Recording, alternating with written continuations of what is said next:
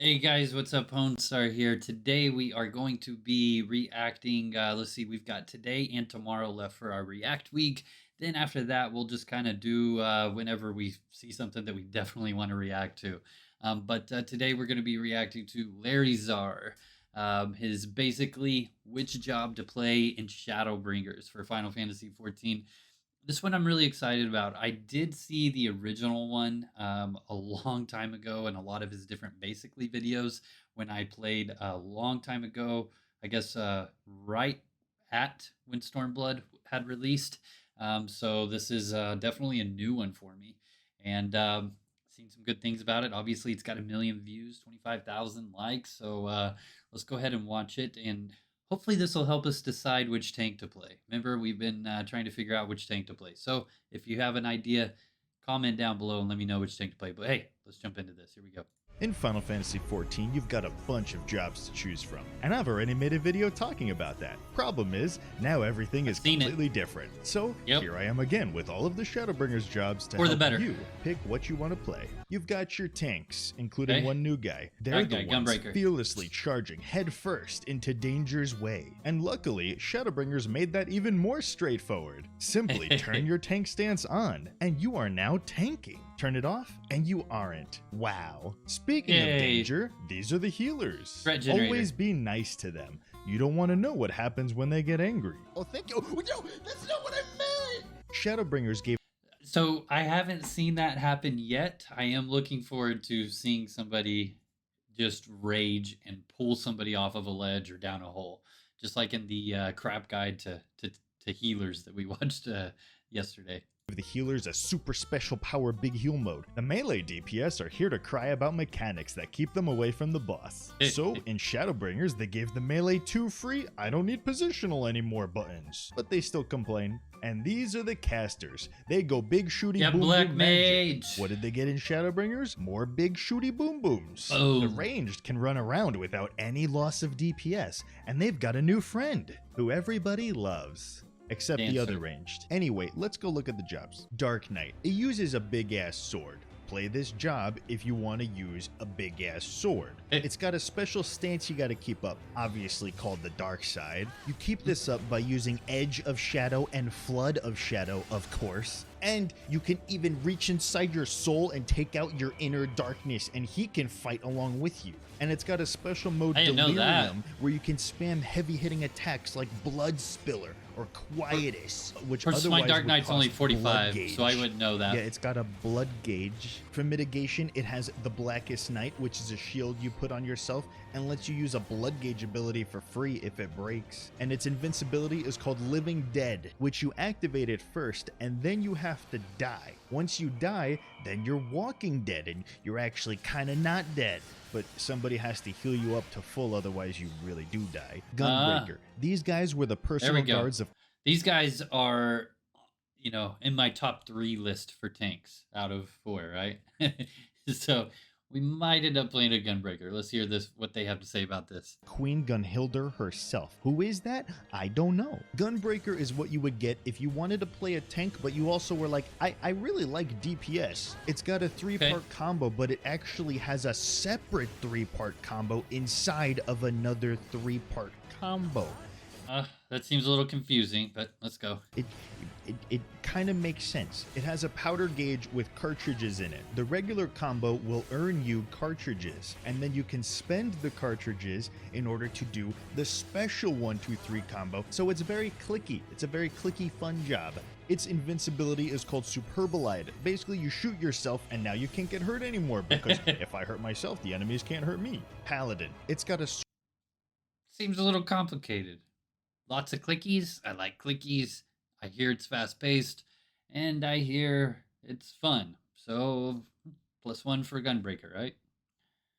Paladins, here we go. They look cool, man. I'm really thinking that you could come up with some really cool glamours for them. But let's hear what he has to say.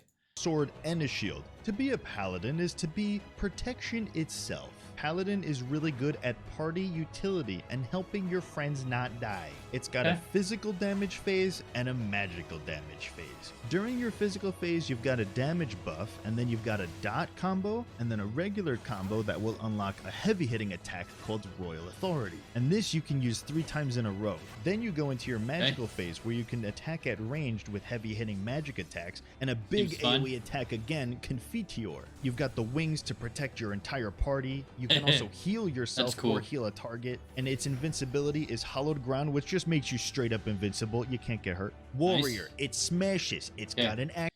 This is right now. It's kind of tied between Gunbreaker and Warrior. So here we go. Let's see.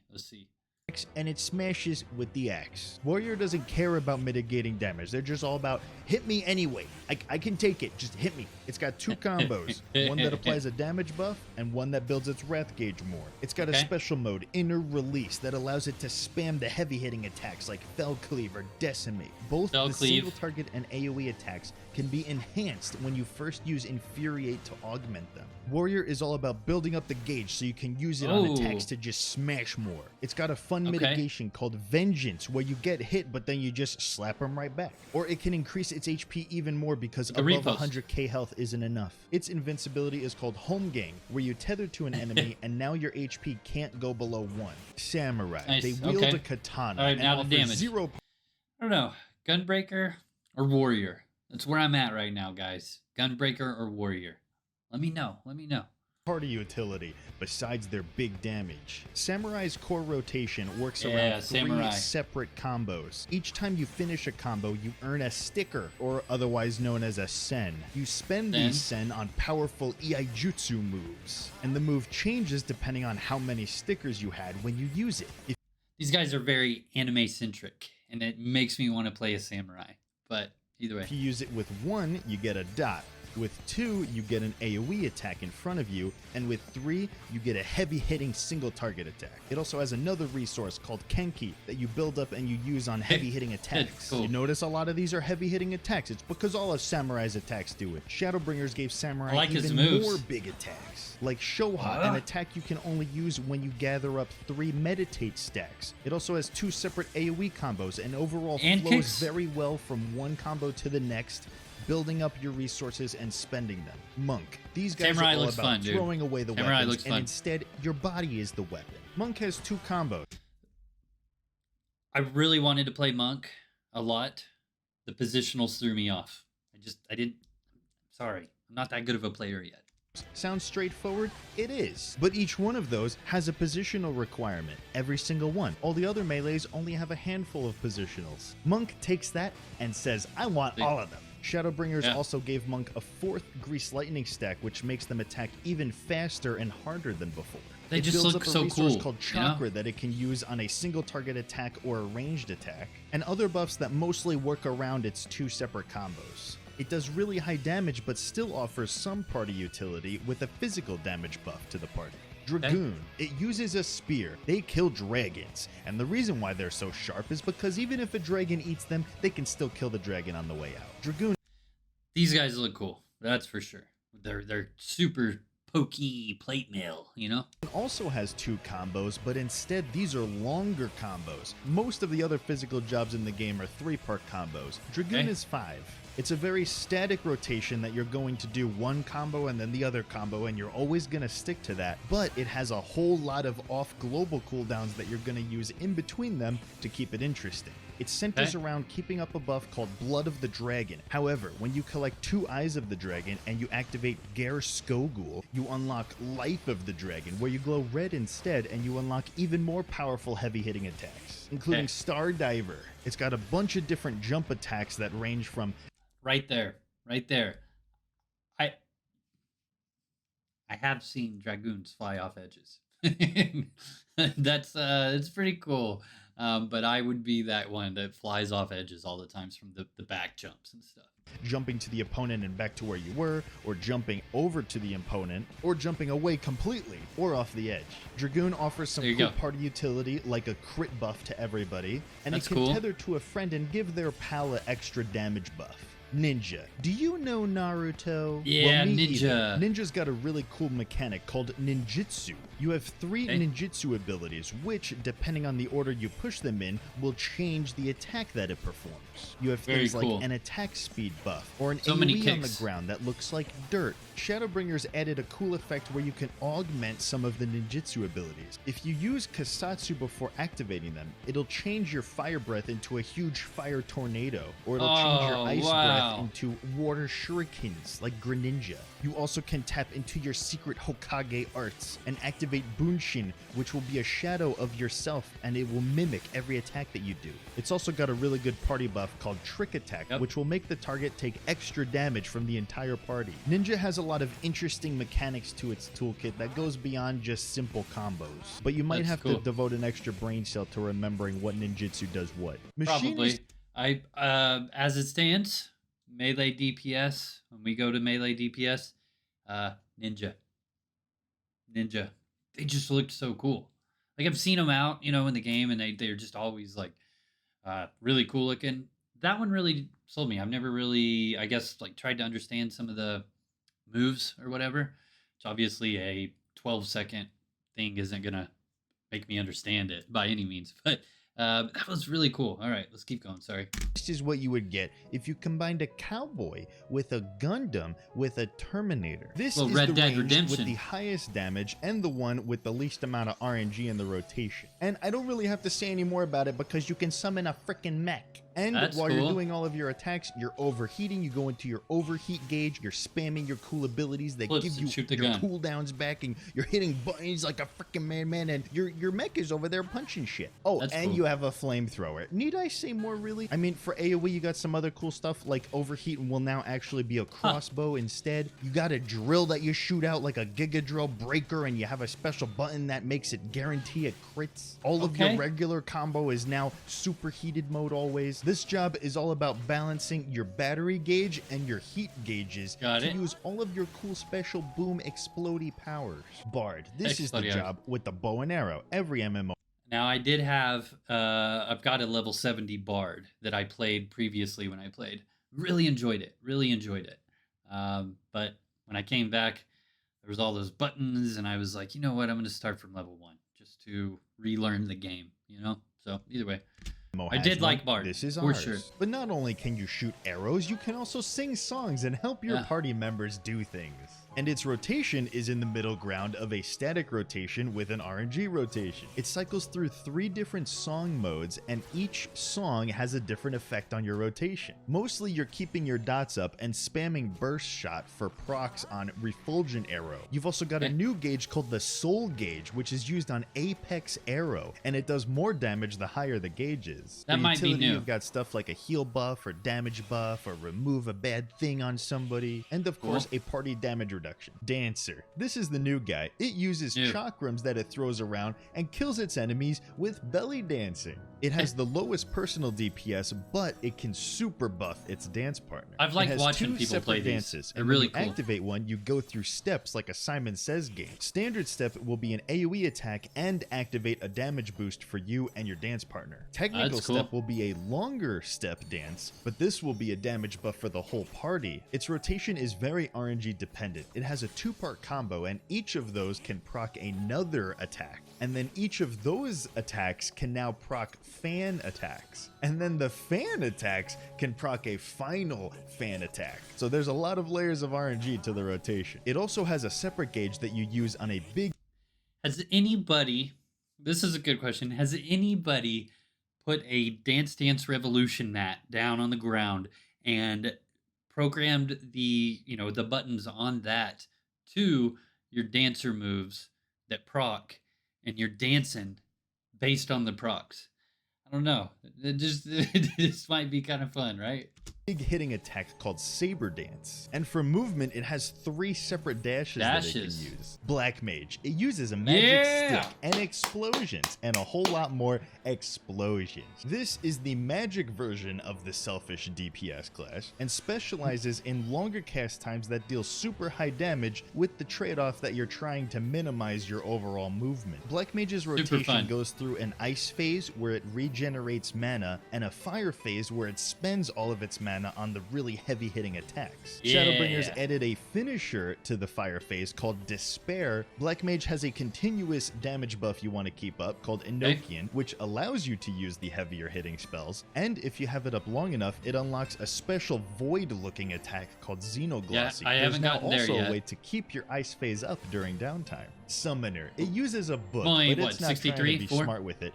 It's mostly picture books. Summoner is our pet DPS job. There's Ifrit for single target, Garuda for AoE, and Titan for Summoner's rotation works on a 2-minute cycle of various phases that you go through. There's Dreadworm Trance, where you invoke Bahamut's Aether, and you unleash it in a big Death Flare attack. That's After actually this, really you're able cool. to summon Bahamut and command him to do big Akmorn attacks. Yeah. And after him, you can summon Phoenix to do special fire moves and heal the party while it's out. Also, 2 of your spells become super Phoenix fire moves instead. I've heard these guys Summoner are kind of is also one of 2 jobs that clunky to can play. raise dead party members, though you either have to hard cast it or save your swift cast for it. Red Mage. It uses a sword with a focus thing attached to it. I've this got a is the I've got a Chocobo rapier, Chocobo sword from I don't know. Whenever I started, I think it was like a recruit a friend thing, and my friend recruited me. But I've got a cool little Chocobo sword for a red mage, but I don't have a red mage. Job that combines black magic and white magic together in order to do magic casting while also doing physical damage as well. Cool. Red mage is special because every other spell that it casts is instant with the dual cast trait. So you will hard cast the shorter spells and then instant cast the longer ones. You'll do this while alternating building your white and black mana, and once you have enough, you can go in for the melee combo, finishing it off with that's either pretty a cool. Holy or Verflare big attack, and then